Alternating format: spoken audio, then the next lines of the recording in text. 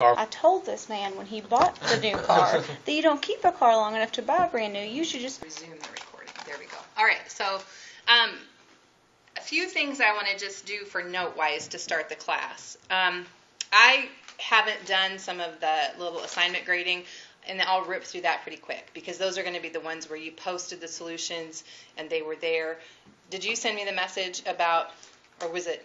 Yes. Yeah. Because I thought they were. It was by midnight. Yeah. And so I sent you a Word document because when I was trying to mess with Canvas, it wouldn't. It's like the server cannot be found. The server's down. Okay. And so I copy and pasted all to a Word document and sent it to you that way so you would have it. So I'll grade yours, and I talked to Harley already. He submitted his late. Good. Not really late because they were showing due by midnight. The game plan is to do them before class. Yeah, I saw where you changed them for now. They're at 6. So. Yeah, because then when we go over them in class, everybody should have them done and in before we go over them in class. So that's my bad for having that confusion, I think. And then, so I'll get those graded. But again, the solutions are already out there, so you've seen those. The discussion questions, I'm just reading them to make sure that you have put some time and energy into them, and I'm not really grading for right or wrong. I'm just wanting to, for the goal. So I'm looking to see that you've put some time and energy into it and some thought. 2-word answers or short sentences that don't really tell me that you have internalized anything that you've read from the book aren't going to cut it for that. So that really is kind of all I'm looking for that. And then how far along in the book are you guys now? I got to chapter 35 today. I don't think that's where we're supposed to be, but I got reading it at work. It's okay, I finished it. Okay, see. I kept reading it because I wanted to know, is the husband and wife getting back together? Like, that's what I was concerned about. I was like, I'm probably a girl for thinking this way, but it kept bothering me. I was like, well, is she going to? Or they have to get back together. Just so you know, the book ends terribly, and it doesn't really solve all your problems. Gosh dang, don't worry about it. But now I'm at chapter 35. What were you going to say, Amber? I don't know. I forgot now. I think our homework was like on 21 through 26 or something. Yeah. But I was like, you can read ahead. You can do the discussion questions when you get done because they're all out there, right? So you can just go ahead and finish them if you want. But I do think, do you see how what they're doing in the book ties to what we're doing in the class, and does that kind of tie in with your projects and kind of starting to maybe make some things make sense that way? Okay. In terms of projects, we're running a little bit behind with some of the groups. And so we really need to make a concentrated effort to get caught up because if I remember right, I really only have, of the 4 projects I've got going on, I've only got one person that's really on task. And so that's not a huge surprise, but it is something that we need to address. You need to make sure that you're hitting that relatively hard here in the next week or 2 because you don't want to wait until the end of the semester when you've got all this other stuff going on with finals and that kind of a thing. So let's spend the time here in this middle week or 2. I just turned in that revisions. Okay, and so up until the point where I think is chapter 5. Okay, so here's what I'd like to do with your team is then when we finish class tonight, let's just stay and go over it and make sure that we're all on the same page with where we need to be. I went over Harley with your project this afternoon, so if you can kind of communicate to your team where you're at with that. You still have some revisions to do for chapter 4. Your team has some revisions to do for chapter 4, and then maybe we can turn Corey loose with some stuff for chapter 5. So Corey, we're not quite ready to hand it over to you with some chapter 5 stuff yet. Is that right? Where's Corey on your team? On our team. No, we have. No, we've only spoken to our girl once. And Brianna. Oh, Brianna. Well, she was here last week, so she talked with Amber and I last week. Oh, good deal. Yep. Yeah. So. Yeah. Okay. So again, we need to get kind of caught up on that. The chapter 4 and 5 exam I just posted just before class. It'll be available until October 27th. It is not hard, but you're going to want to review some of the practice problems. And if you did not attend class last week, I think you're going to want to go through and watch we worked the problems in class. And so you're going to want to go back and take a look at that. Let's do the 26th. 27th. Okay. Yeah, Amber, what was your question? That was the date. That was my question. And then, let's see. On that, the exam points aren't right. So basically, I think there's 56 points on the exam, but the exam is out of 100. So just know I'm going to take a percentage and apply the percentage to 100 points. Okay, and I have that listed on the intro to the exam. There aren't that many problems, so make sure you take your time and do them right. You have 3 hours to get them done once you download it. Please do not work with anybody else. Make sure that you just do your own work on your own time. If you want to practice ahead of time with other people, that's perfectly fine. But when you're doing the exam, make sure that it's a solo venture, okay? If you do that, then that keeps me from having to implement some rigid, like you have to, if you're going to not take it in class, then you have to use the Respondus recording and go through all that. And I would just rather not go there. But if I get concerned that that's an issue, then I have to go there. And so that means you'll have to take it in class is what it boils down to if you're on campus. And then if you're online, you'll have to do the Respondus recording. And again, there's no need to do that. Okay? I guess I have a question for you. I posted some practice problems for Chapter 4 and 5 out there just before class. And so I thought that if you wanted to, we could work those in class tonight as a practice set for the exam. So a little bit of an exam review. It won't cover everything that's on the exam, but it'll give you a pretty good start on that. And then we need to finish up Chapter 8. And so that being said, do you want to do Chapter 8 first and finish with the exam review so that that's kind of the last thing in your mind? Mm-hmm. Yeah. Okay, I thought that might be your choice. So. Exam over 4 and 5 and 8? No, just 4 and 5. And then the last exam of the semester that's not comprehensive is over Chapters 6 and 8. So that will kind of be like our final? If you opt not to take the final, right? There's a comprehensive final that's optional. Okay. So, and usually what happens is people that take that are borderline on a grade, but typically the comprehensive final does not help them in the end. So just make sure that you're not in a position where you have to take that comprehensive final. All right. So that was kind of what I wanted to go over. I was going to get the syllabus out here for a quick second if I had it handy. Could you just reweight the project to make it not like 55% per grade? The project? Yeah. No. Actually, I can't. I could, but I'm not going to. How's that for the real answer? Yeah. I actually think in the long run you won't want me to, because you guys you'll have redone stuff, right? And so we'll change your Chapter 3 grade to reflect your revised work. And same thing with Chapter 4. You get an opportunity to revise, and okay. your grade is going to raise. So again, don't. In my mind, the project is about learning it. Mm-hmm. And so if we need to go back and forth a couple times, I think it's very interesting. Many of you performed really well on the Chapter 3 exam, but when it came time to actually implement the project, it was harder than actually just regurgitating what we learned on the exam. Because you're using your own, you're going out and doing your own thing, and it's not as. And so to me, dry. that's good news that you're having to figure it out, right? And that it should give you some confidence that when you're looking at a process in the future, you can actually apply what we've used instead of thinking, well, I got an A on that exam, but I can't really use anything, right? We've missed the boat if you leave the class and you've got an A on the exam, but you can't really execute what we're about. So the project for me is that component that says, we get it and we can transfer it to a real world situation. And it's also about real world situations are not perfect, right? You're going to find that when you get out there, you're going to have to make some educated guesses. Harley and I were talking today about, percentages that go down different lines, subs, salads, right? Those types of things. You can make some educated guesses, but you're not going to be. And you want to make informed, educated guesses. You want to capture information to gather that. But those are assumptions, and so we just have to document our assumptions. I think that book we're reading does a good job of showing that Gold Rat book. Yeah.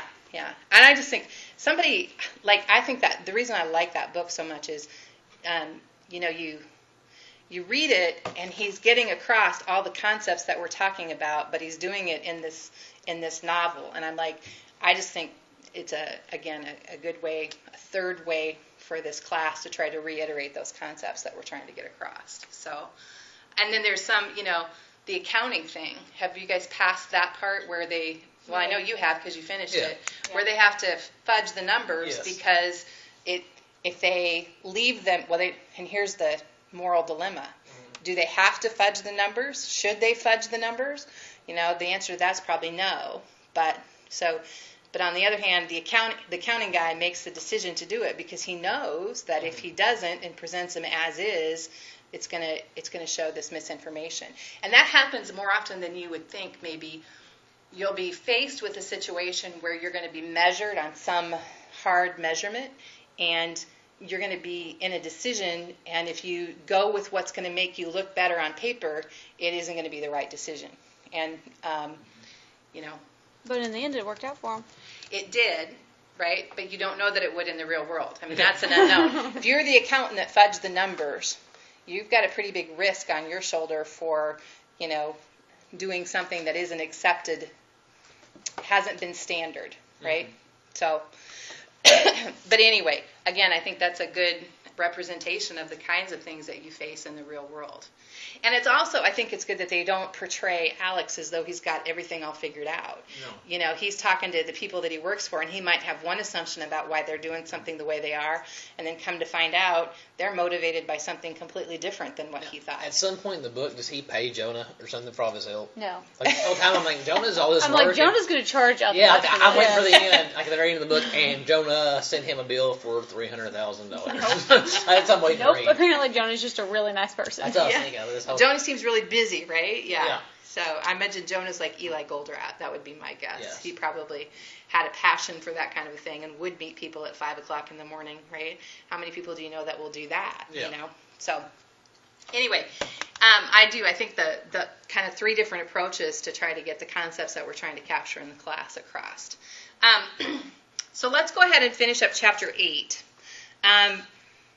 And the good news for you is I have gotten better at teaching chapter 8 as time has gone on, because it's about managing flow variability and safety capacity. And we're primarily kind of talking about in a service environment. And so we started on that last week, right? And so I want to pick up, she says, as though she can tell you where she wants to pick up. We're going to kind of take a quick peek at, we talked about the Q formula, right? To estimate how long somebody waited in line. That's where we ended last week. I look at Amber. Amber was the only one in the classroom last week. It's because Amber lives in Murray, doesn't have to commute in the terrible tsunami weather. Like, I was freaked out because I thought I was going to die on my way home. I don't ever get worried about weather, but like all of our local county schools were closing, which that happens. But then even my boss, no boss gives you a day off, was like, hey, if it starts to look rough, go home. I think this is kind of serious. And so I was like, okay, well, maybe this. Maybe I should. Maybe. And so it did get real rough. So we went home a little early, and I was like, I'm not getting tomorrow because I was more worried about getting here and then having to turn around and go back. Well, and I think it was mostly through by the time for Murray. I don't think we had that much of it. Okay, here. yeah. So like in Paducah, we had blown down trees and power lines. Yeah, I think it went to. Salem. Where are you from, Lauren? Salem. Is that north of here? I don't know. I guess it would be probably west. Yes, I go that north. way. Yeah, west and north. Yeah, I go that way. I was more worried about driving on the interstate with it raining that hard. Because clearly I have to get an SUV because people can't see my car in the daylight. Actually, people can't see your car because it's silver. Silver's hard to see. Yeah, I know. Especially when it's cloudy outside. Trust me, my next car I'm getting is going to be a neon color. You like bright red. All right, we're going to flow through these. These are all the slides that you missed last week if you haven't seen it. So you want to go back and watch it because it's really exciting. You know what? I'll probably go back and listen to the recording just so I can hear what you said. I asked her to let me sell her vehicle. He'll probably make $8,000. I said I'll only make $8,000 off you, I promise. You can consider that my wedding present. Hey, I appreciate it. Hey, just so everyone knows, Brady's engaged. Oh, yeah. Oh, well, congratulations. Thank you, I appreciate it. So when's the... May 23rd. May 23rd. Yeah. I've been engaged probably for what? It's been a month now almost. Yeah. But he didn't tell me until 2 weeks after. Well, I don't know how to start that conversation. Hey, I'm Besides, engaged. hey, I got engaged. That's like, That's how works. most most people, conversations are I know, started. but... Most people buy like a shirt that says exactly. hey, And I would say Lauren probably acted more excited than most people I've told. And me and Lauren have only known each other for a year or two. Okay, so if you remember back in, well, some of you will remember, back in 343, we talked about the waiting Lauren formula. won't, but everybody else will. I know, Lauren ducked her head when I said that. we talked about estimating how long somebody waited, right? And so in this class, we talk about the queue length formula. And so we make an update to that where we have the utilization of the servers. So again, if you walked into the bank and they were busy half the time, they would be 50% utilized. And again, if they're kind of, sometimes people have trouble with the concept of higher utilization of your servers, of your bank tellers, actually means that people wait longer. Because if you think about it and you walk into the bank and the tellers are all busy, that means that you're going to have to wait. And if you walk into the bank and they're not busy, so that they're not highly utilized, right? Maybe they're 20% utilized, then you don't have to wait very long because you just get right up to them, okay? So utilization kind of has that almost reverse relationship. The higher the utilization, the longer people wait, and the lower the utilization, the less time people wait. So why would that be something to achieve? Because in business, isn't that what you seek to achieve is utilization of your resources? It depends. You read the book. I did read the book, but I guess I didn't read it that closely. Well, if you, like it was talking about in the book that like if you made people work constantly, but they didn't need to be working, they were making parts and stuff that actually didn't need to be making. So you're actually talking about a little bit something different than what Lauren's talking about, but you're right. It does say that in the book. So, but to what you're asking about, it depends on what you're competing on. So if you're competing on high service and you're able to charge a higher fee because you provide excellent customer service. So excellent customer service, then people would not want to wait for that, right? If you have to wait a long time for service, you don't perceive that as excellent customer service. So if I'm paying for excellent customer service, I want my wait time to be short. The trade-off is if my wait time is short, then the utilization rate of those servers is typically low, okay? And so it's this trade-off. Am I going to have, if I compete on cost, I'm probably going to drive that utilization rate up and make people wait because they're more willing to wait in a situation where they're competing on cost. They're going, it's all right, I'm paying less, so I'm going to have to wait a little bit longer, right? And so it's just a trade-off. It's a decision that you have to make in terms of what business are you competing in, okay? Well, say I'm in the banking industry, and I am the owner or president or whatever you are of the bank, and I pay all these employees to work, but they're only working at 50% capacity. Well, I'm pissed because I'm wasting all this payroll on these people that are just like sitting around watching Ellen DeGeneres. Okay. And then customers come in and they're immediately served, but I want to up utilization, so I make them work all the time. But then my people come in and they're pissed because they're having to wait. So there's my dilemma. That's how I don't understand this concept. Okay, so what you do is you say, I think it's acceptable for people to wait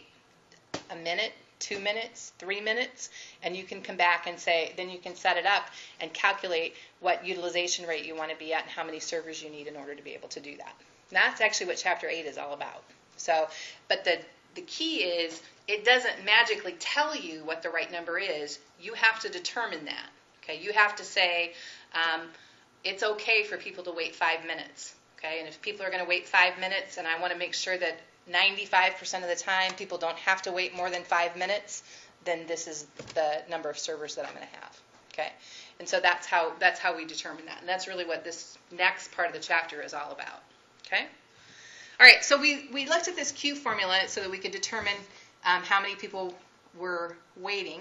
Okay, and we also from 343 we had the coefficient of arrival time, and here instead of C sub A it's C sub I for inner arrival time, and C sub P, which is the coefficient of processing time. And that is just that relationship of the standard deviation to the mean, and that's where that coefficient comes from. And that's important for when we talk about the next piece of this puzzle, okay? All right. So we talked about that. We obviously know that as utilization increases, then flow time increases. That's just what we were just talking about. We worked this problem saying that we have these inner arrival times, these processing times. We were able to compute how long somebody would have to wait. We did that on the Excel spreadsheet. All right. So that being said, give me just a second. I have one other file I want to open here.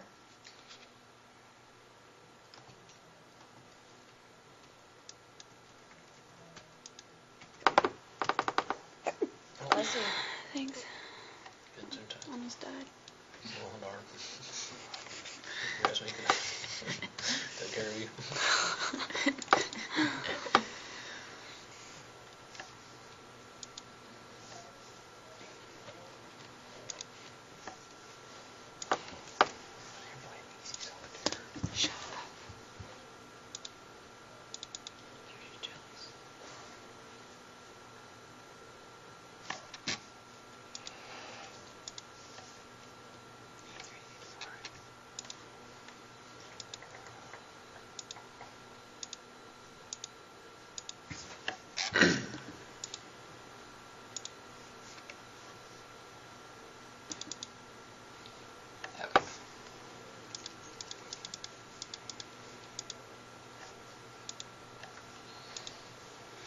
All right. So the challenge is with the previous way that we calculated how long somebody was going to have to wait and how many people actually had to wait. We were dealing with an estimate, okay? And it was a pretty reasonable approximation, but it was an estimate. And what we're able to do is actually we're able to use some more advanced math with the exponential model, and we're able to get a more accurate estimate, okay? And the exponential model, basically what we're saying, it sounds really important, right? We're going to talk about a Poisson distribution, okay? And that just means that arrivals and processing times are completely random and independent of each other. So, as an example, at the dealership, when people walk in, It's random. they don't walk in every 6 minutes, right? You might not have anybody for 15 minutes, and then you might have 3 people walk in all at the same time. Okay, so that's completely random and independent of each other, their arrival times. The other thing is how long it actually takes you to work with each customer is also completely independent and random. Now, there's an average processing time, and there's an average inter-arrival time, but that's just what they are. And what happens between each arrival, completely independent, completely random, and each processing time is completely independent and completely random. Okay, so because of that, we use this exponential model. Okay, and in the exponential model, we're going to use a spreadsheet called performance.xls. And thankfully, there's a guy who's done all the advanced math for us, and all we have to do is figure out about 4 key pieces of information and insert it into the spreadsheet and be able to understand and interpret the results of what they give us. Okay, but basically, that math that he does is based on the exponential model that says, again, we've got that random arrivals and random processing times, and they're completely independent of each other. Okay.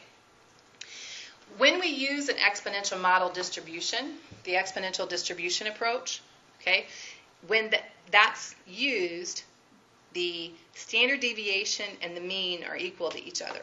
Okay, so that means that our coefficient of arrival time and coefficient of processing time are each 1, because again, they are the relationship between the mean and the standard deviation. Okay, so if they're each identical, then that coefficient becomes 1. So then we're able to adjust our formula. Okay, all right, so here's where it gets interesting. If you look up here and you see the C sub I, that's the coefficient of inter-arrival time.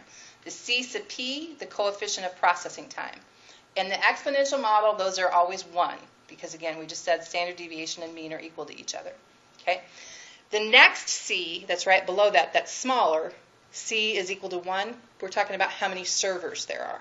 So let's just keep with the bank model. The servers are how many tellers there are. So in this first approach, we're going to assume that there's 1 teller. Okay, and when there's 1 teller, then we know that we can adjust our flow time to be 1 over the difference between the processing throughput and the inflow throughput. Okay, and then we can calculate inventory by R sub I times T. Okay, we can use the spreadsheet to do that as well. Okay, but when the servers are greater than or equal to 2, okay, then we can start talking about something called a buffer. Okay, and so that buffer could be, let's talk about telephone lines. When you call into a business and there's 1 server and there's 4 telephone lines, okay, that means that there are 3 buffers. Okay, because that server can be on one line and there can be 3 people on hold. Okay, so the buffer is represented by K, all right, and that buffer is going to be the number of lines that you have less the number of servers that you have. Okay, when we use our spreadsheet, we actually have 2 different tabs that we'll work with. One of them is an infinite tab and one of them is a finite tab. In the infinite tab, we're going to assume it's like the car dealership where people can just keep walking in, right? There's no finite limit to how many people can walk in, okay? However, like on a telephone system, there's only 5 lines, okay? So then you have a finite buffer, all right? So that's the first decision we have to make. Are we dealing with a finite system or an infinite system, all right?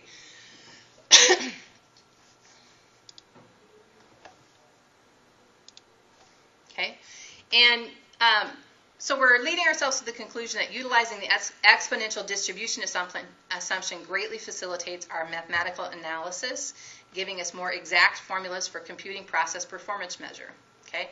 However, with that servers greater than or equal to 2, formulas get complicated. So, therefore, to make our life easy, we use this Microsoft Excel sheet called performance.xls.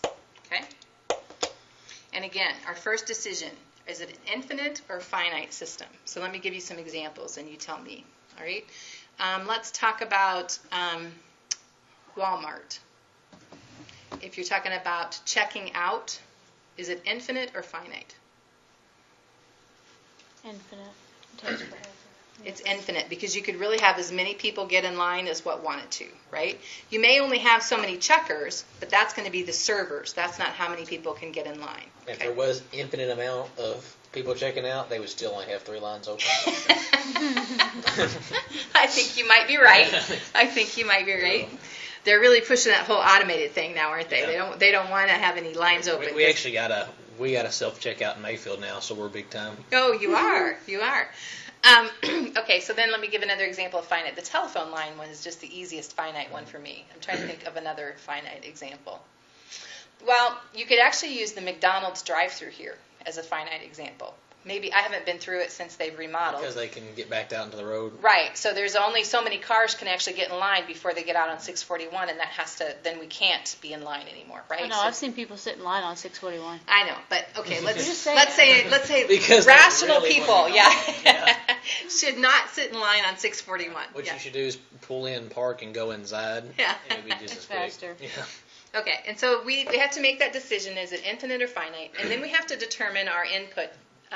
And so the first input is going to be, what's the number of servers? Okay, and so when we talk about servers, we're talking about bank tellers. If we're talking about a car dealership, we're probably talking about salespeople. If we're talking about the finance office over here, we're probably talking about how many people actually answer the phones. Okay, that's what I was about to ask. I didn't know if it was like servers were the phone lines or the sales, not sales rep, but the call. The people that actually can process those. Okay. And then we have what we call our arrival rate. Okay. And our arrival rate in this case is going to be our inner arrival rate. So a lot of times we might say that maybe a customer arrives every 5 minutes. Okay. So kind of think of it this way. Arrival rate, the R sub I, is customers per time or flow unit per time. Okay. The average processing time is going to be the average processing rate is going to be 1 over the average processing time. So as an example, if it takes me 10 minutes to work with a customer on average, the rate that we use is going to be 1 customer for every 10 minutes, and that's the average processing rate. When you do these problems, those are kind of the 2 easiest things to get a little bit turned around on. And once you practice them, it won't be a big deal. But you're just going to have to think through, okay, the arrival rate, and think in terms of flow unit per time, and then when you think about the average processing rate, we're used to thinking about the average time to process. Okay? Now we're going to talk about the average processing rate, which means flow unit per time. Okay? So you just take that average processing time and you take the inverse of it to get the average processing rate. Okay? And then the last thing that we have to know is the buffer capacity. And so K, initially we will assume that we have this unlimited buffer capacity. So on the infinite spreadsheet, we don't have to input anything for K. On the finite spreadsheet, we'll have to calculate K. All right. Let's do this. So we're going to work example 8.6.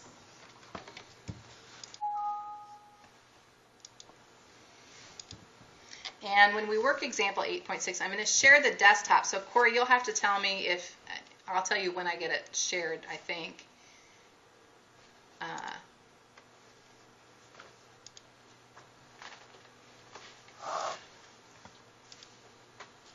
Okay, can you see the desktop, Corey? Yes. Okay, great. All right, so what I'm going to do is I'm going to go ahead and open this performance.xls.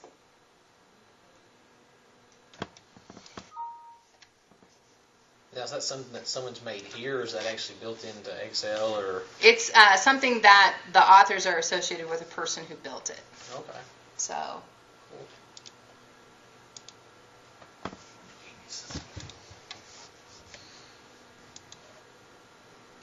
Come on. Okay. So here's what it looks like for us. All right. So there's instructions here, and when you open it up, you're going to have to enable it, and it's got macros in it, and so you might have to enable the macros or allow that in terms of security on your computer. All right. So we're going to work in example 8.6. We're going to work what's called an infinite problem. Okay. And I want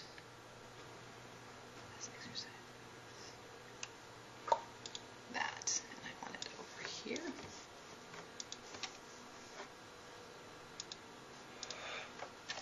And so when we read example 8.6, it says, recall that the average passenger arrival rate from what we were dealing with before, the one that we showed right at the beginning of class, is R sub I is 10 per minute.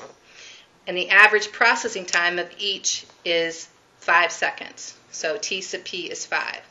So the average processing rate of each scanner, so remember when we just talked about processing rate, is 1 over T sub P. Okay? And so the other key thing about working a problem like this is that you have to have your units of measure in the same. So if you're talking about minutes, both your throughput for your inter-arrival rate and your processing rate have to be in minutes. You can do it in seconds, but they both have to be in seconds. It doesn't matter which way you do it, but they have to be consistent. Okay? So in this example, we're going to say that we have one server, right? And we're saying that our arrival rate is 10 per minute. Okay? So if I need my processing rate, and I've been told that it's my average time to process is 5 seconds, how would I calculate my processing rate? Do it in seconds, and there's just 6 seconds. Right. Yeah, 10 people per minute, 10 or 6. There you go. See, he does math all the time, right? In my head. Well. Exactly. I gotta do it quick. Well, you were close though, because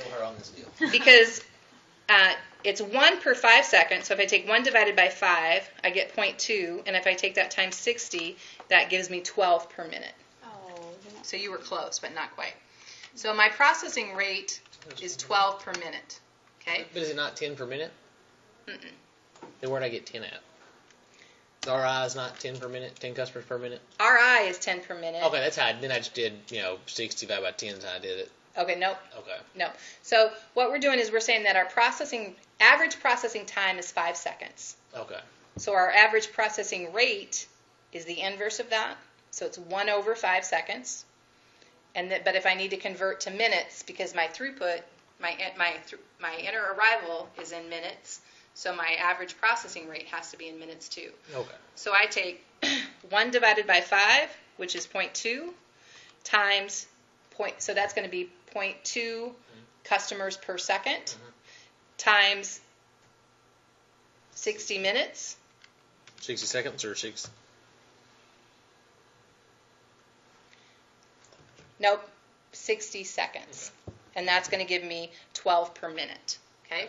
So my arrival rate is at 10 per minute, and my processing rate is at 12 per minute. Okay? And you can see it just takes, you got to think it through and kind of just go slow on that part and make sure that you have your units of measure the same. Then we get this plethora of information. And so now we have to interpret it. Okay? So we have, in this model, the first thing we have is information about the waiting line. You see the heading over here on the left-hand side, the waiting line. Average number waiting in queue is 4.167. So if this is I sub I, what do you think that's telling us? Any ideas? So like inventories for the customer. Mm-hmm. So it's on average how many customers are waiting in line. Okay? So I sub I, and so again, make sure that you pay attention because they do tell us if we make sure that we just read across. Mm-hmm. So this inventory is only related to the people waiting in line. It's not related to the people that are actually being processed. It's just the people waiting in line. Now, how do they find I sub I? that whole exponential model that we talked about with that nice magic math behind okay. it. So all we have to do, again, is know our inputs, and they've done the exponential model math behind it. Okay? And then we've got our average waiting time, T sub I. So what do you think that tells me? Throughput? T sub I?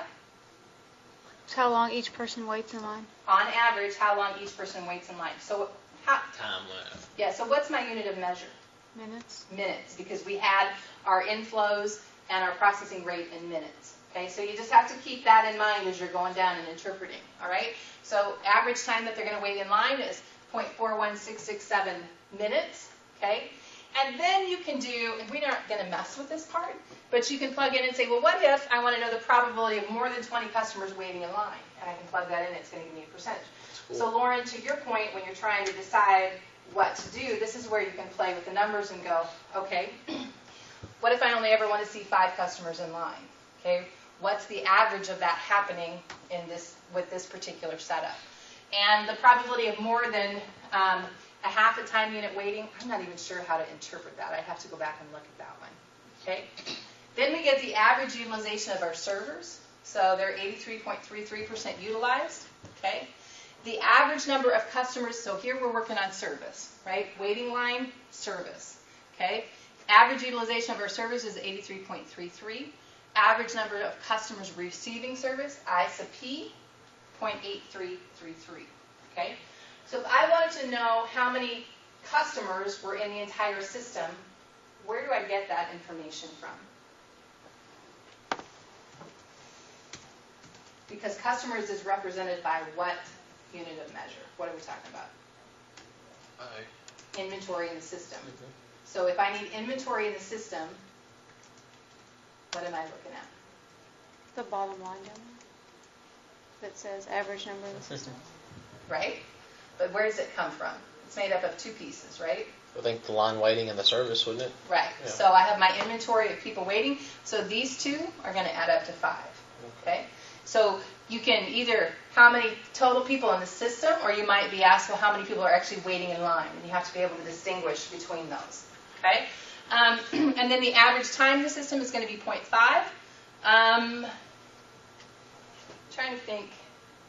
And so that's going to be this our T sub P plus our T sub I, right? We're going to add those 2 together to get our 0.5. So it's 0.5 of a minute? Yes. So 30 seconds? Exactly. Okay? So that's our first kind of exposure. And I have to tell you, I'm a lot better at talking you through that this year than I was 3 years ago. It took me a while to get my head around what every component of the spreadsheet meant and how to convey servers, arrival rate, processing rate. And so I'm expecting that you're going to need to spend some time with those terms and get comfortable with their use. Okay? All right. If we were to compare what we just calculated, because this is the same problem that we did at the end of last class, okay? And so I'm just going to bring over a comparison, okay? And our comparison says that, so if we do, the top one is our current calculation in minutes, and then the bottom one is in seconds, and what we did last time in 8.4 in seconds, okay? So we can see that our utilization matches up exactly, okay? And we're off a little bit from where we were on 8.4, and it's because we were using estimates that weren't as accurate. This exponential model actually brings us closer to the accuracy, okay? And so in 8.4, we permitted arbitrary probability distribution of inter-arrival and processing times, and we used that Q-length formula to obtain approximate results. In 8.6, we obtained more exact results, but had to assume this exponential distribution for inter-arrival and processing times. Okay, so that's the difference between what we did. So we conclude this by just saying that the Q-length formula is exact only for the exponential model with 1 server. Okay, as soon as we get more than 1 server, it becomes an approximation, but it's still a better approximation than what we were using before. Okay. All right. So we're going to work a few more examples using this. All right. So let me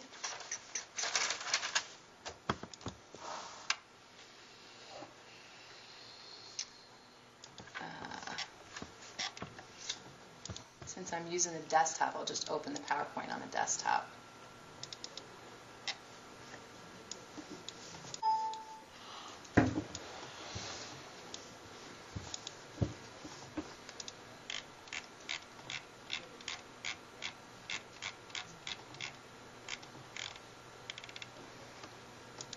Okay, so that's what we just looked at. Okay, so then if we go on to 8.4, we start to talk about process capacity decisions. Okay, so optimal capacity investment should balance the cost of additional capacity against the benefit of greater customer satisfaction.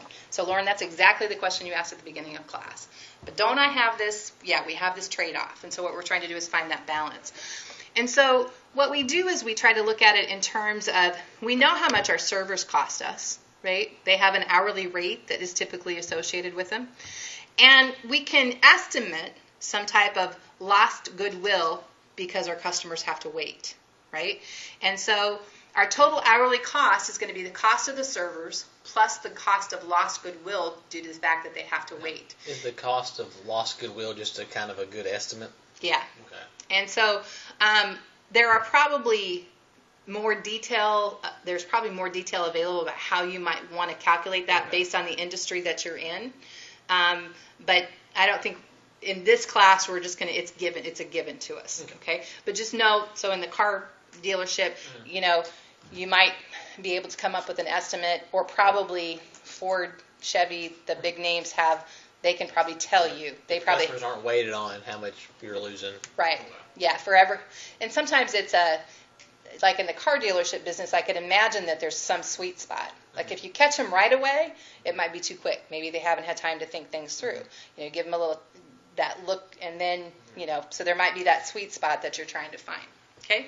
But in example 8.7, we're going to be using Excel and the performance.xls. Okay? And so the example that we're going to work basically says, we're going to be talking about a call center that's currently staffed by one CSR. What does that tell us right there? What's the CSR stand for? Is that the C? That's the number of servers. So we have one server who takes an average time to process of 2.5 minutes to process a call. So if I take an average of 2.5 minutes to process a call, what information does that give me to fill in? Do you remember?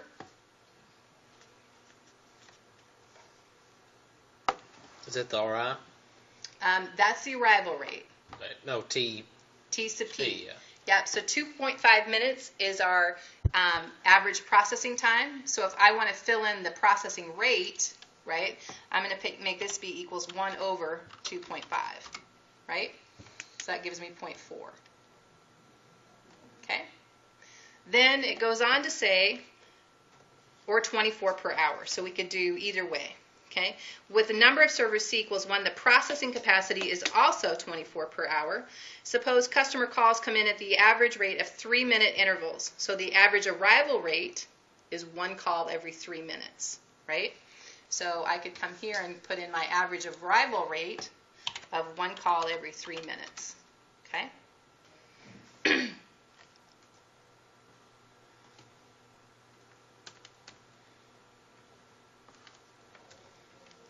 Okay. I'm thinking that needs to be expanded, and I'm not sure I'm going to get there.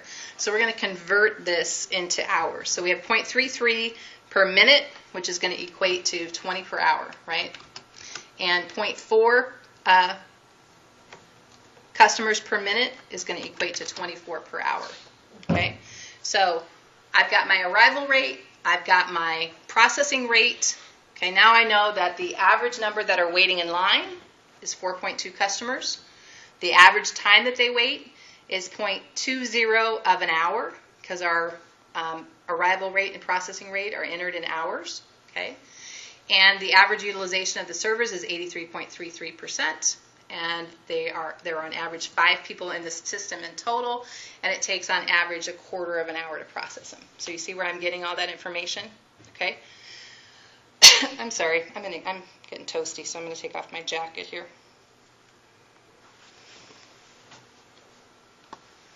All right, so that being said, now I can start to calculate a cost associated with that. All right. So what I want to do is I want to create a spreadsheet, and it's going to look a lot like the spreadsheet on the bottom of page 205. Okay, and it says to continue reading the problem. Suppose LL Bean estimates that the retailer loses $2 in sales for every minute that a customer has to wait on the line for a CSR. Okay, and in terms of dissatisfaction with service as well as resulting impact on future sales due to disgruntled customers. Since inventory is the average number of callers waiting in line, the average total cost of waiting will be $2 times the amount of inventory that you have. Okay? All right, so I'm going to bring this over here and just show you how we've got that set up. Okay? So here's how we calculated the processing rate. Here's how we calculated the arrival rate. So to analyze the staffing problem, I have input at one server. I have on average 4.2 customers in line. Okay, the server costs me $20. Okay, and if it's $2 per minute, how much is that per hour? $120 per hour. Right. So in order to calculate my lost goodwill, I'm going to take my inventory of 4.2 times my $120 per hour. So my hourly rate then is $500 in lost goodwill if I only have one server. Okay, and my total cost becomes the server cost plus the cost of goodwill. Okay, so and then what I can do is I can come back to this spreadsheet and I can say, well, what if I have two servers? Okay. The average number waiting in the queue goes from 4.2 down to 1.18. Okay, so I plug that into my spreadsheet. Right, so here's my 0.175 or 0.18. But I now have two servers, so that's my 2 times my $20. Okay, but my cost of goodwill now is how many people do I have actually waiting? 0.175 times $120 per hour, so that is a total cost of $61. Okay, and then I can rerun that again because I truly wouldn't be sure if that was the lowest cost until I kept kind of plugging through. So I would come back and I would say, okay, what if I had 3 servers? Okay, well, now I only have 0.022 people waiting in line. I come back and I put in 0.022. My servers now cost me, I have 3, and they're $20 an hour, so that's $60. And I have my 0.022 times my 120 gives me $62.64 for my total hourly cost. So what's the ideal number of servers in this problem? 2. 2, that's right. Lauren, are you tracking with us? Yes, ma'am. Okay. I see the bill of your hat and not much else, so I wasn't sure where you were at there. Okay? So that's how you set up a problem to capture the costs, all right? And so we start out with just kind of 2 costs that we're going to, and I think as we move through the next couple of examples, we might add a couple of other costs. So you need to you have your server cost and you have your cost of lost goodwill, okay? And so you just want to, that example 8.7 in the textbook, and I'll have these problems, these examples posted with the notes out there later on today, so when you get ready to do your homework, you can come back to that, okay?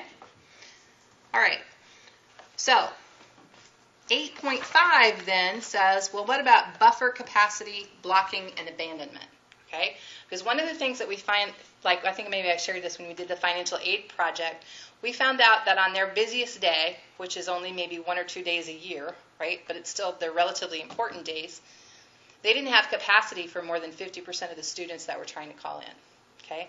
But that's not typical of what happens all semester, but it's certainly a measure that you would want to know, right?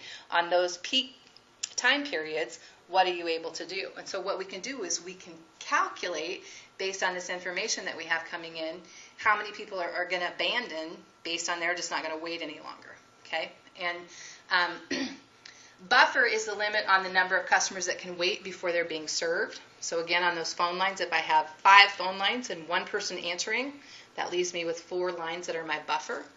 Blocking occurs when that buffer is full, so when all 5 lines are full and people can't get through, okay, that's what we call blocking. And abandonment is When that customer has to wait too long, they get impatient and they leave the process before they're served, right? So you might be on hold, you might be on hold, you might be on hold, and you finally go, screw it, I'm going to call back another day, right? And off you go. That's the abandonment part of it. Okay? So our throughput, we have to revise our formula, and it's going to be the minimum of the throughput of inventory times 1 minus the probability of blocking times 1 minus the probability of abandonment. Okay? And so throughput incorporating blocking and abandonment, and our performance, I know you love this, performance.xls does it for us. We don't actually have to know that formula and use it. We just have to be able to interpret it from the spreadsheet. Okay? All right. So that being said, let's come back to performance here and examples here.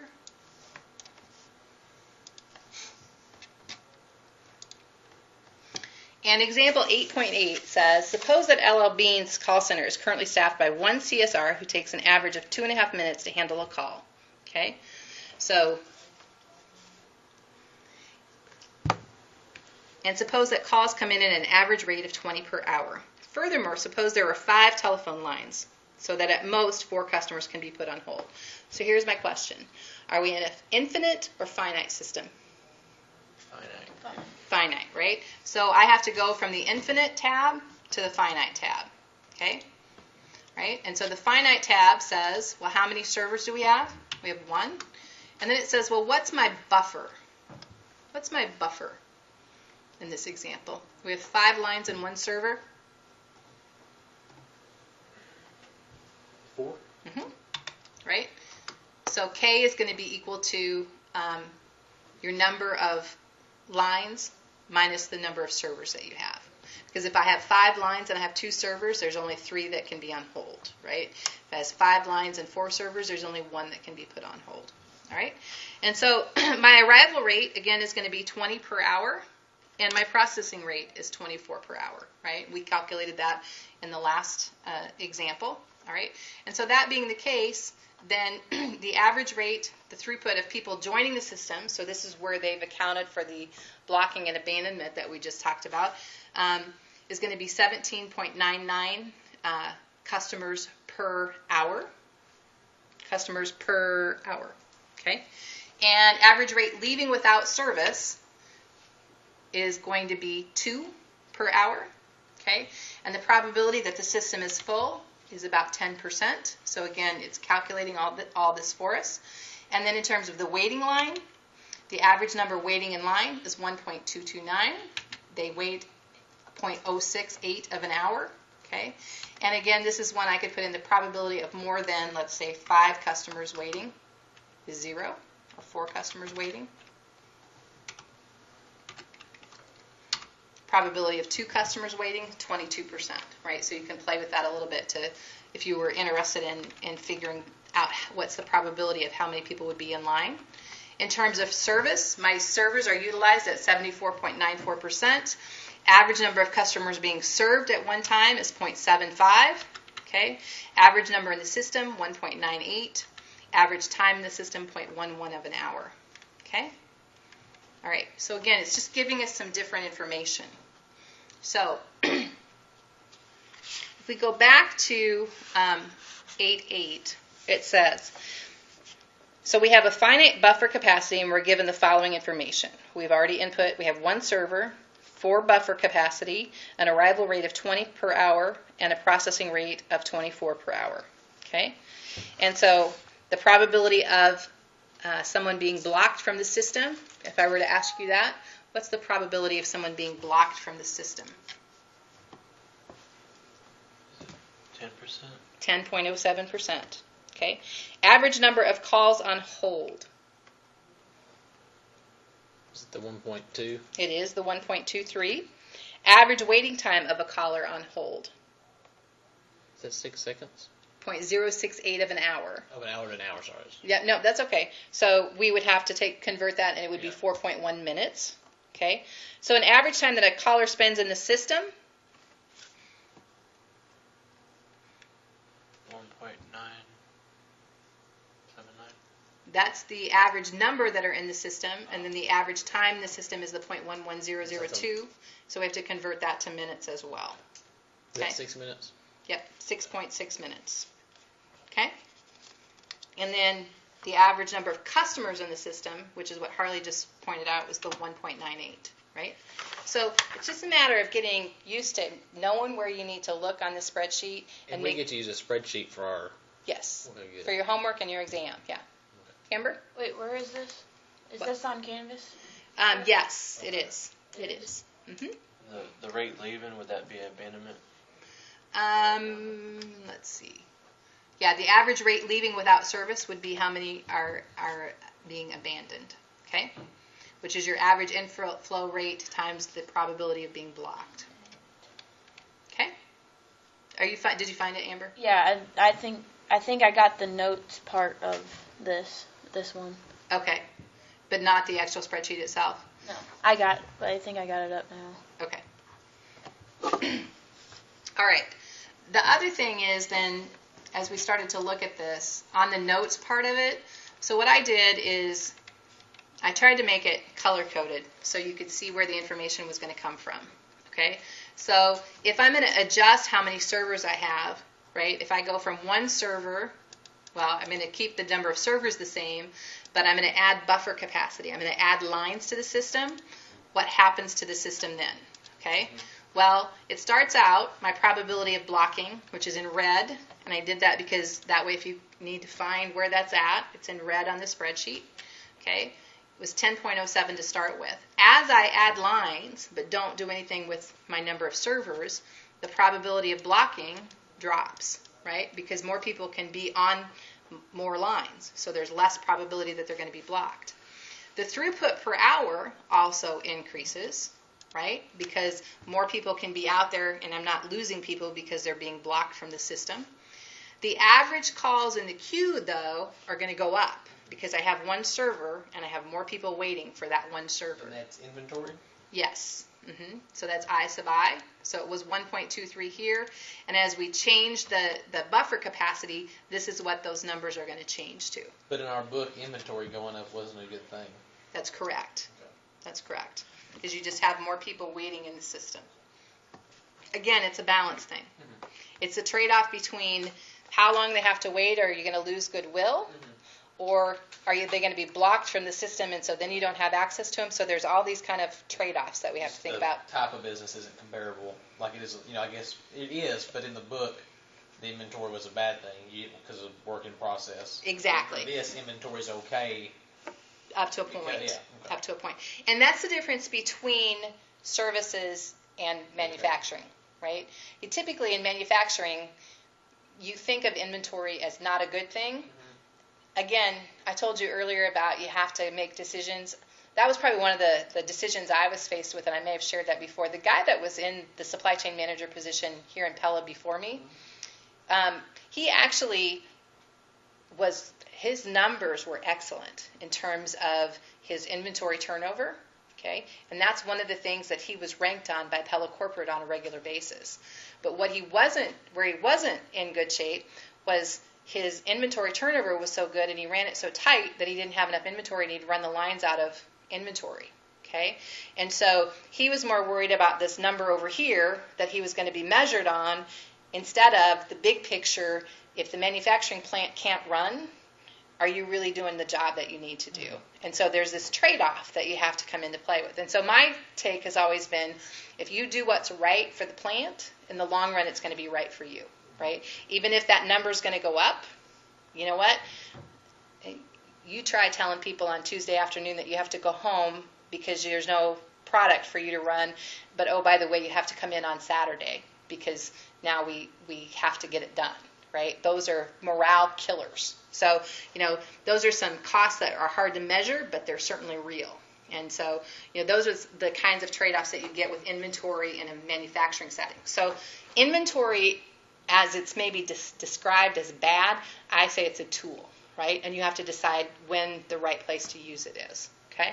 And in the same way that utilization is a consideration and how long people have to wait for service is a consideration, it's just things that we have to look at and evaluate and say, we're going to come up with a target, and we're going to try to achieve that target. Okay, and so that's what we try to accomplish. Why'd you stop working at Pella? My oldest son got whooping cough when, I don't know, we had been to Jamaica. We had some friends that had been to Jamaica. No, they had been to Nicaragua. Their daughter got whooping cough and our son got whooping cough. And we went for about a year, and I couldn't get him back in school. And every time he'd go to school, he'd get sick again, and he'd be home coughing for like 3 days. And what we finally figured out after trial and error is he was having that whooping cough. He coughed. It's awful. He coughed for days and days and days. And so he would go into the gymnasium at the school, and that mold or whatever there would trigger him to start coughing. And so anytime he had to go through the gymnasium or be around it, he would be home for 3 days to recover. And so it just took us a heck of a long time to figure it out. And so I worked 6 months, and I would go in at 3 in the morning and work until 10 in the morning, and then go home and homeschool with him, and then do more like conference calls and that kind of a thing from home. And I finally just said, you know what, I just need to take a leave of absence. And Pella was awesome. They were like, take a leave of absence, tell us when you're ready to come back. And it was another like 3 months, and we still didn't have any idea. The guy that was doing my job was doing a great job, but he wasn't getting paid for it because he was just filling in for me kind of a thing. And I didn't know when I was going to go back, and I thought I'd like to go back for my MBA. So I said, why don't I go ahead and just terminate, go do my MBA, and then let's reassess when that's over with. And they were great the whole way through. They were like, sounds good. If you don't have to do this. If you want to come back, we can talk at that point. And then I did the MBA, and there was somebody like me standing up here, and I went, I could do that. Not only could I do that, I would enjoy doing that. So that's how I got from there to here. I just thought I'd ask. You seem to really enjoy Pella. You use a lot of their examples. I just thought I'd ask. Well, and I learned a lot from them. I mean, I did. And I think that the working for a company like Pella, you can learn a lot. But the other thing that you can learn is that you can run yourself into the ground working for a company like Pella. And it can be a lot of fun if you're at the right place in your life where that works for you. But I was having trouble seeing myself doing that until the day that I retired. I mean, and it was like I would go in at 6 in the morning and work until 6 at night most every day, and then on Saturdays some too. And so, it's just you have to figure out what works for you. So, and I loved it. I mean, I did. But and I got better about finding balance and just making balance. But it was always I had to make myself find that balance. So, again, learned a bunch though. Learned a bunch.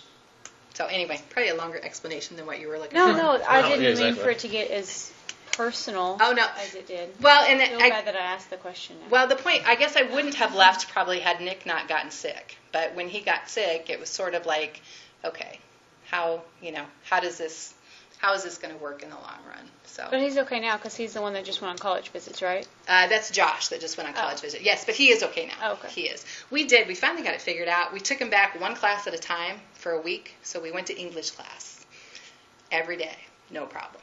Then we went to English and science every day, no problem. Then we went to English, science, and lunch, and it was a problem. We went, well, is it that? English, science, lunch. It was a problem. So we just finally figured out it was every time he'd have any interaction with that gymnasium. And the deal was when we would take him back to school after we thought he would be healed, that's what they do in the morning is they go in the gymnasium and wait for school to start. So he'd get in there and he'd get, it would just trigger everything. So it just took us a heck of a long time to isolate and figure it out. So how did you get rid of it? What happens is just over time he heals up. I mean, it's that throat's aggravated and it's asthma-like stuff, and so he was on the asthma stuff for a while, and so yeah. So his immune system basically just fixed it. Yeah. After he got. Oh, okay. Over time. Yep. Okay. Over time. Just curious. Yep. All right. So back to my beautifully color-coded chart, right? I always try to give you something so you can track what we're trying to do here. So when I need the average waiting time in the Q, I'm going to get that from T sub I. And so here it is here, but I need to convert that from hours to minutes, okay? And then so the average waiting time in the queue clearly goes up because we have more buffer for them to wait in. And then my capacity utilization, goes from 0.75 all the way up to 0.81 when we go from, because then that server is now busier because they're picking up those people that were getting blocked and dropped before. So they're busy, they're utilized more. Okay? Whew. All right, so that was 8.8. And then we'll flip back over to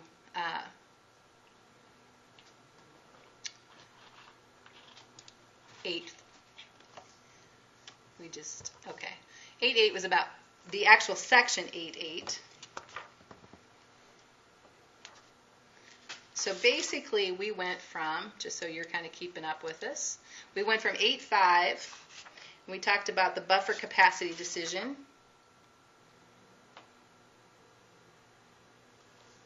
And let me take a quick peek here.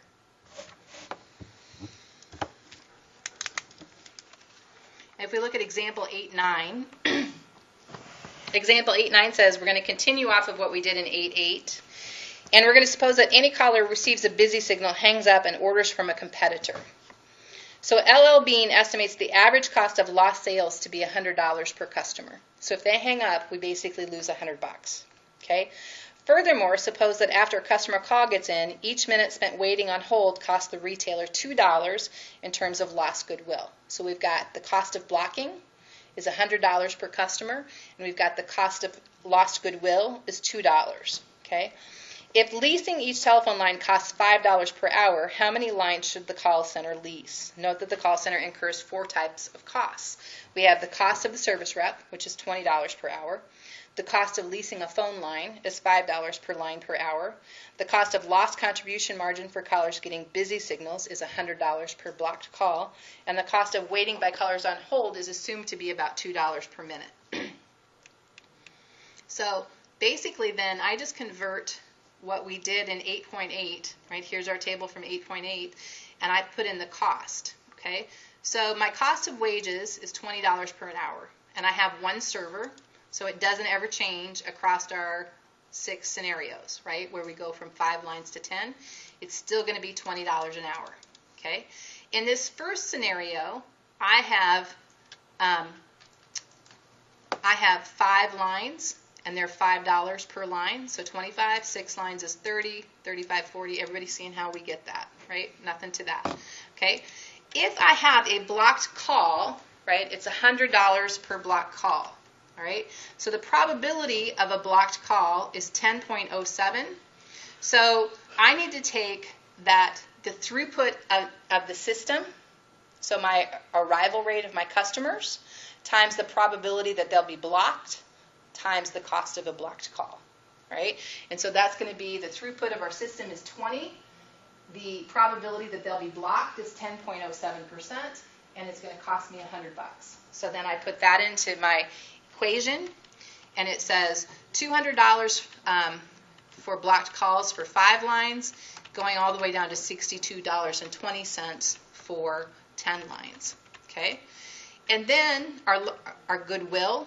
So if we've got people that have to wait, because clearly the more lines we have, the longer they have to wait, is going to be again $120 per hour times the average inventory in queue. So we just run that across. And we see that it goes from $148 for 5 lines all the way up to $298 for 10 lines. Okay, and I sum that up, and I can see that my service goes for 5 lines, the total cost of service wages, service equipment, blocking, and waiting. So those are going to be the 4 types of costs that you are going to need to be comfortable dealing with. Cost of wages, the cost of the service, equipment, blocking, and waiting. Some problems are going to have all 4. Some are only going to have some version of those. Okay, and so 5 lines has $394 per hour. 6 lines, $387. 7, $391. 401. So then we start going up. So our best bet, given only one server, is to have 6 lines. Okay, because if we have more than that, we start to lose more in goodwill than what we gain in keeping people on and keeping people from being blocked from the system. Is that making sense? Okay, good. All right. Let's see what example 8.10 holds for us. I'm sure it's wildly exciting. Okay. 8.10. As before, suppose a call center has an average of 20 incoming calls per hour. A caller who gets a busy signal is blocked for an opportunity loss of $100, and each minute spent by a customer is $2 on goodwill. Recall that each CSR takes 2.5 minutes to process, so that's $20 per hour. Suppose leasing a telephone line costs $5 an hour. The problem is to determine the optimal number of CS. I thought that's what we just did.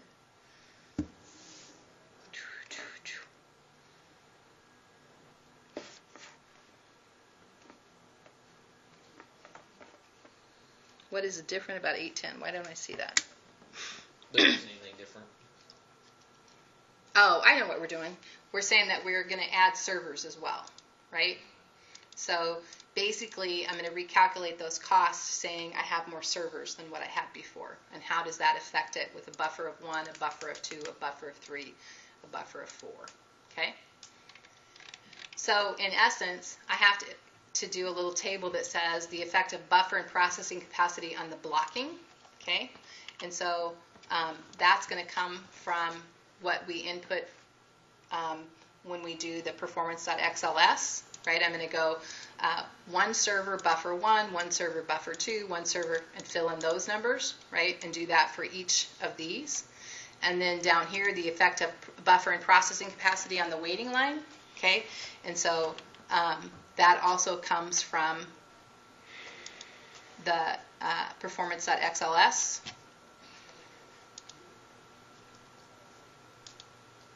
Buffer and processing capacity, which is the amount of inventory. That's what we're dealing with here. So this is the I sub I that we're filling into this table. How many people are actually waiting? And then we have to go through and we have to make our lovely calculations to say, okay, I have to have the, I have to pay for the equipment, I have to pay for the blocked calls, and I have to pay for the waiting time, and I have to pay for, what's the first thing I have to pay for?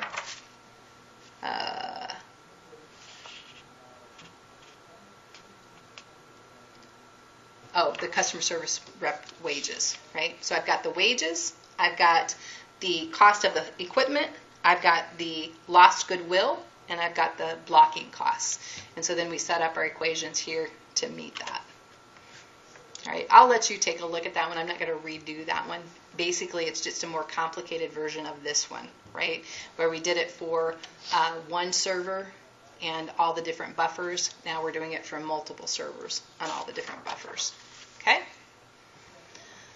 All right, so that gets us through example 810 in our textbook.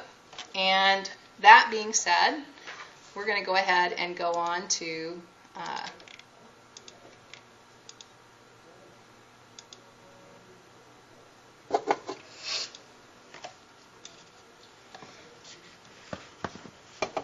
these economics of capacity decisions that we've talked about. So the cost of lost business, the cost of buffers, the cost of waiting, the cost of processing, and we have to have a trade-off, right, where we have to choose between those. And so we've worked some problems that look at that optimal buffer capacity. This is basically the PowerPoint version of what we did in Excel, okay?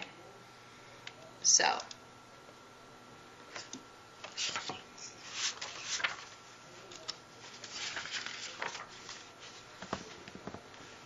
for section 8.6, performance variability and promise, we are not going to do any of the problems from there.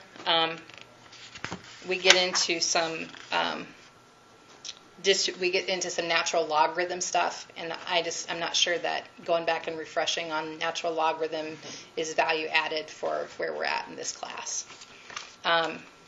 So basically, 8.6 deals with this performance variability, our average versus actual flow time, and that's something that many of you are going to need to consider, like in your Business Express and in your tea room, right? You can look at the average, but that may not have a lot of meaning unless you're versus peak, right? So you have to kind of look at those different time periods. And that's may mean that you have to go back and collect some more data, but, having a conversation with somebody about what happens on average when that isn't relevant at all to what happens between 11 and 1 o'clock may not have any meaning for them. So make sure that you're having those meaningful conversations about that time.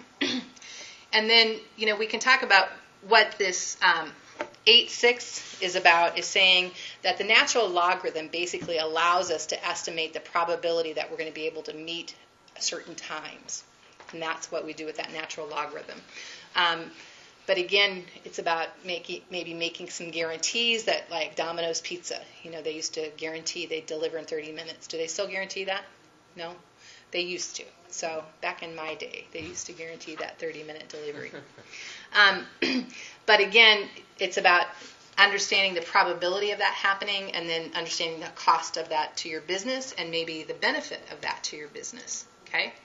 And so what we try to do is we can come up with some ways to match capacity with demand. Okay? So we can either talk about some short-term control with capacity or some long-term planning. In terms of if we're trying to manage that capacity. So short-term control, you think about maybe you're going to have some overtime, okay?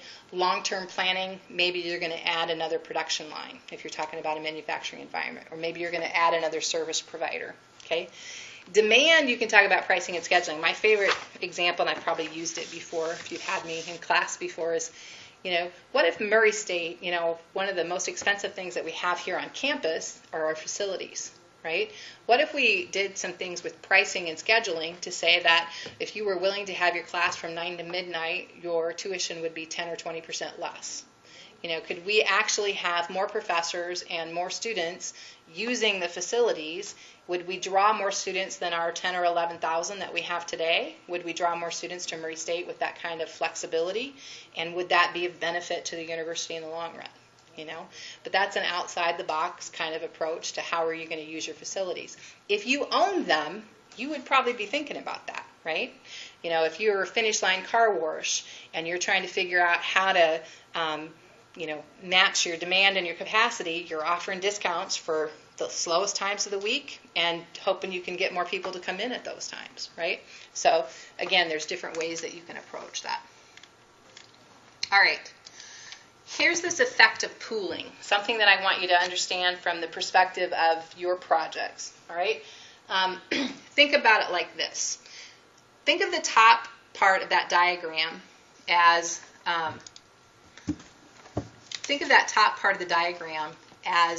like you're going to Walmart. And you go to Walmart and you're going to go to checkout. You're not going to do self-checkout. You're going to go checkout. And you have to pick a cashier, right? So you go get in line with your cashier and you look over and those people are going faster, right? Almost always. That's what it feels like, right?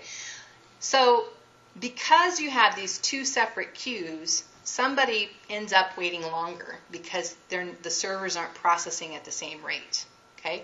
So the advantage of having one queue that feeds into all your servers is that I don't get frustrated because you got served faster than I did. I'm just going to go to the next available server in most cases, right?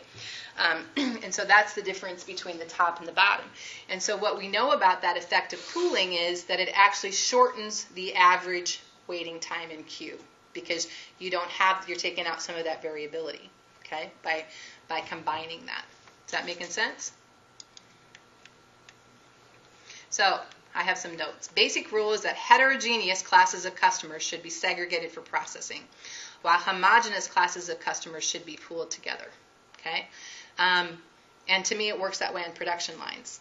You try to keep the things that are most alike on the production line, and if they vary differently, you try to isolate that difference and work with it off the production line, and then reintroduce it back to the production line when those differences have been addressed. Okay. So in general, the key to improving process performance is to collect sufficient information about arrivals in terms of their processing requirements and their tolerance for waiting so that the appropriate type and level of processing capacity and priority discipline can be tailored to optimize the overall process performance. So again, you just have, and again, it's like, to me, Wendy's and McDonald's have the bottom section, right? Because you kind of, McDonald's you can get in those separate queues, but you don't have to, right? You can kind of stand back and just wait for the next available and dive up. It just depends on how people are acting. Wendy's is definitely you go in the queue, right? And then everybody goes through, okay? I got an example. Yeah. On military bases at the commissary, you go in a queue. You don't just go to the register. You follow like a snake line. Yep. And go to the one that's available. And actually, that's one of the suggestions I think the team that had the university bookstore here a couple years ago did for the buyback process, is to just have the one queue so that people got served in that sequence that they got in line. And then they moved that line kind of throughout the store a little bit. Okay? All right. So, to review flow time management, waiting occurs due to low processing capacity in relationship to the inflow rate, meaning that your servers are highly utilized. And it also occurs because you have variability in your inner arrival times, and all you have to do is think about when Brady's at the car dealership, right? And that's the variability in the inner arrival times. People come in at different rates, and then the people that are working with them have different processing times. Okay, waiting can be reduced by managing the demand. Okay, is there some way to encourage people to come in at particular times? By pooling those arrival streams so that they're coming in and they're getting into their queue. Increasing capacity, number of servers times the service rate. So increasing the number of servers and increasing the service rate. And reducing the variability in the arrivals and processing. Optimal level of service involves a trade-off. Cost of waiting, lost business, and cost of service. You just have to look at that and make a choice accordingly. All right, flow time management levers. So again, when you get to your project, these are going to be the things you're going to be looking at for Chapter 8. Can we manage the arrivals with price incentives or pooling those arrivals? Can we increase the capacity? And you're thinking about scale times speed there. Scale being how many servers, how many part-timers. Can the customers actually do part of their process? Speed, can you simplify? Can you automate information and training? Can you decrease variability? Can you forecast the arrivals? Can you have them make reservations or pooling? And then can you standardize the processing? Okay. The last thing that we're going to talk about is what do you do when people have to wait? Okay? How do you make that more comfortable for them? And Meister is the name of the guy who came up with these basic things, right? We are all familiar with them, but he's maybe formalized them in terms of putting them in a paper and saying these are important. Okay? He said provide comfort. Okay? So when you're at a restaurant and you're having to wait and you can sit in a soft bench as opposed to having to stand and wait to get seated, you're being provided comfort. Provide a distraction. I always think of the dentist office, right? They have a TV up on the wall so I can be distracted while I'm waiting. Okay? Provide information. When I waited tables, it was just habit for me to go, it's going to be about, where your food's almost up, it's about right here, just to kind of keep that customer informed in the loop. If, as an example, when I waited tables and the food wasn't there, if I could provide an explanation, look, I'm so sorry, but here's what's going on, right? That helps the customer go, at least they haven't forgotten me, okay?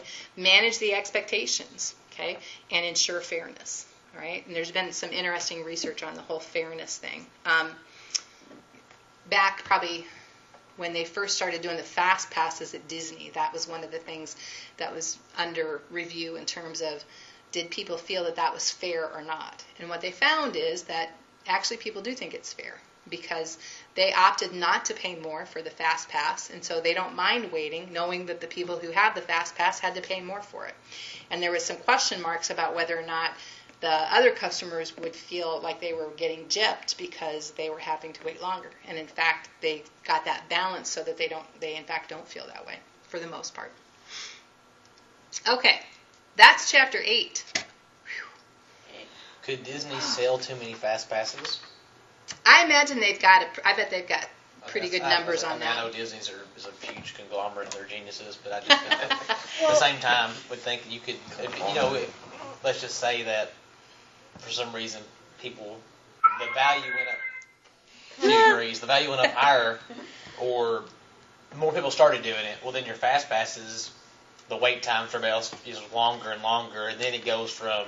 You're okay with it, so you're not okay with it. Yeah.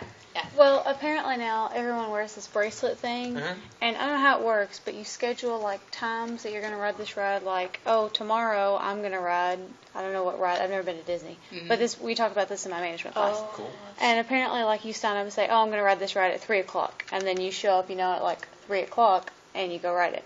Or you go up to a ride and like you get you punch the button or something and a ticket pops up and you get the ticket that says this is what time. Yeah, come back in like an hour or something. And so that you're not actually waiting in the time. Yeah, so you're not waiting in line. And for Disney, does that not make huge sense? They'd rather have you out in the park buying drinks and sodas and that kind of a thing and spending your money. Hey guys, we get to ride the Batman ride an hour and a half. An hour and a half. boys when they were about 4 and 6 to what's the SeaWorld, because it's amazing. Yeah, we Yeah. did SeaWorld. Yeah. We did SeaWorld and we did Disney World, and we were going to do one of the studio ones. Universal. Yeah, and we decided to go to the beach instead. But my boys had never had caffeine up until that point. So, but we didn't get in until 1 o'clock in the morning on Friday night, and we were at SeaWorld at like 9 o'clock on Saturday morning. And it was hilarious because we let them take the map and lead us around. You know, it was so cute. And they were getting tired, and you just see them just start to droop and drag. We're like, let's get them a Mountain Dew. Gave them a Mountain Dew. Woo! They were good to go. We did it about 3 times. I'm like, we paid way too much for these tickets to have droopy, tired boys. So Yeah. that was their first exposure to caffeine.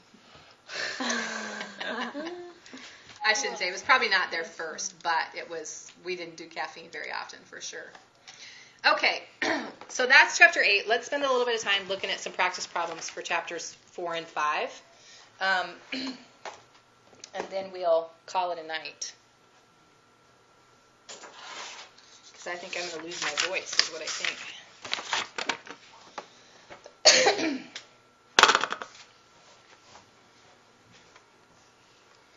And my foot got caught on the wire. I don't under know the what chair. I happened. almost fell out of my chair. Oh, Well, you janked my mic over here almost through the hole. Did I? Was Yeah, it it? scared me.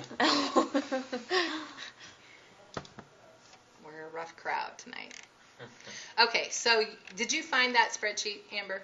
Yeah, I did. It was on there, and the notes were on there too. Okay, so if I go to the chapter 8, October 20th, or chapter 8, October 13th, let's take a look.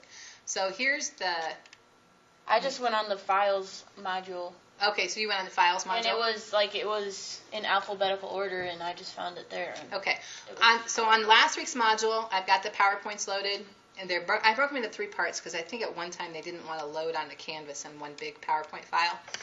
And it may be a sign there's too many for this chapter. And then here's the actual video from last week's lecture, and here's the example file that I was using today. Chapter 8 examples from October 13th and October 20th. Okay, so that's on the October 13th module, and to Amber's point, you can find them just under your Files tab. If I go back to modules, did you find the performance spreadsheet as well? the one with the finite and infinite. Mm-hmm. Yeah, it was on there too. Okay.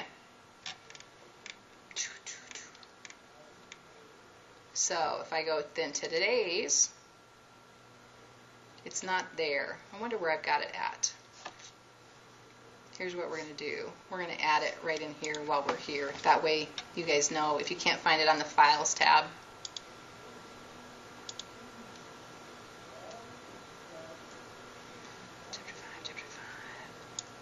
Oh, by the way, the soccer team's in second place, but tied with 3 other teams. But still. That's good. We were going to be first over the weekend, but there were so many upsets that happened. Like this year, it's the weirdest conference I've ever been in. Is that right? The last 3, yeah. Just for those that needed that copy of performance is under today's lecture date on the modules. Okay, so if you can't find it under the files. So when do you play again? This Friday, we're going to Austin Peay. Okay. Yeah, we're gonna try to get. I think if we win all the next 3 games that we have left, we'll probably be first, and the tournament will be here. Oh, awesome. So yeah. You can win. Oh heck yeah. So exam 2 practice problems. Right, I just posted those today. So here's the plain version, which means that it's a blank one that you can fill out. Ooh. You should do that though to practice for the exam. I will.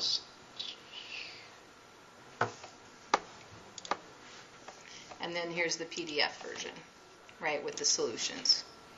Okay. You just need it after you do the first one. Yeah. Well, and I'm sort of going to give it away because we're going to go through them here in class, but you should repeat, right? So clearly what I did is I took an old exam, and this person did a great job. Okay. Genius. Yeah. Well, they're not hard, and again, you've got 3 hours to get through it. So, and I say they're not hard. You have to have that familiarity with having done a few of the